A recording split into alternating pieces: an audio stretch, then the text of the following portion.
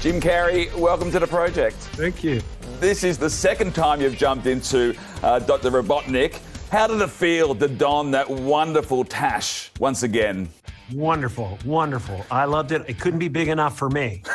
To me, it's Robotnik's midlife crisis stash. You know, it's like buying a Corvette at 55. You know, he just it's just pure manifestation of ego on his face. And I wanted it bigger. I wanted to leave frame on both sides, you know, and then start teetering back and forth. And then you'd cut out wide and you'd see Sonic on one end and Knuckles on the other, going up and down. Papa's got a brand new stash. I can't help when I was watching it to wonder how much of it is your own facial hair, how much is CGI. Did you have that thing on your face as you were acting? That's what happens when they don't clip my nose hairs. Jim, the world fell in love with you, of course, with Ace Ventura and Dumb and Dumber, and this feels like you getting back to your physical comedy roots. I'm just physically attracted to the world. I'm just physically attracted. I don't want any commitments. Well, we're physically attracted to you. It's a very mutual relationship you have with the world, Jim Carrey. No, I do cherish it. I am happy about it. Do you think the world, as serious as it's getting, do you think that silliness in the world is an underrated thing? I think it's essential. I think it's the most important thing. I think that the suspension of seriousness is absolute spiritual gold. I feel, I don't know if I want to call it a ministry, but it is one of such. Ever since I was a little kid, all I ever wanted to do was, free people from concern.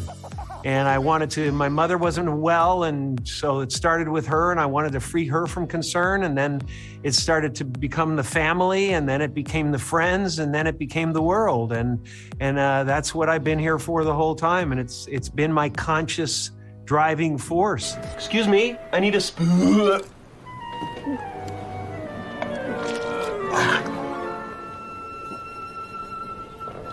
It's okay, I found one. Carey first cut his teeth on the Toronto stand-up circuit at just 15. Good evening, ladies and gentlemen. Feeling a little strange tonight, and I'm not sure why. His signature brand of impressions were brought to an even bigger stage after Jim was discovered by 80s comedy king Rodney Dangerfield. Jack Nicholson doing the Joker.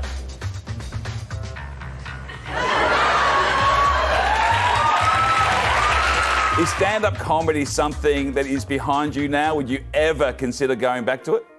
Anything's possible in this world, it just depends what you wake up the next day and want to do, I think stand-up it's a little dangerous these days. but depending on who you're talking to, I think we have to be, as we saw on the Oscars, we have to be careful how many hyphenates we have in our world. I think people are cracking under the pressure of their own monstrosities, and I think we could use a lot more focus on a lot fewer things. Well, you used to go out of your way to sabotage your gigs every now and then. Like you really would piss your audience off. Like how far? To see if I could dig out. Yes. How far did you push them, and were you ever physically attacked? I have had a couple of physical altercations. I have had nights where I ran into the crowd and jumped up on a table and broke a beer bottle and did a Burt Lancaster from here to eternity moment. All right, fatso, if it's killing you want, kind of thing. And I've physically dragged a person out of the club into the street, and I've had chairs thrown at me, and I've had giant rags at rock concerts filled with urine heaved at me through the darkness that knocked me back off my feet. And as you can see from what's been happening the last little while with the Oscar business and everything, it's like it may be that we need a few more weeks of quarantine. Because we don't seem to be relating to each other all that well in person. I'm kind of glad you're on a screen right now, frankly. I feel safe. I feel this is a safe space, Jim. I really do. I'm not ready to trust yet. Jim Carrey, this has been a career highlight. I hope you know how much love and joy you've brought everyone around the world and how much you're loved by everyone, particularly down here in Australia. Well, I so appreciate it. I really do. And I can't wait to get down there and share some space and breathe from the same trees as you guys. Thanks, Jim. Thank you.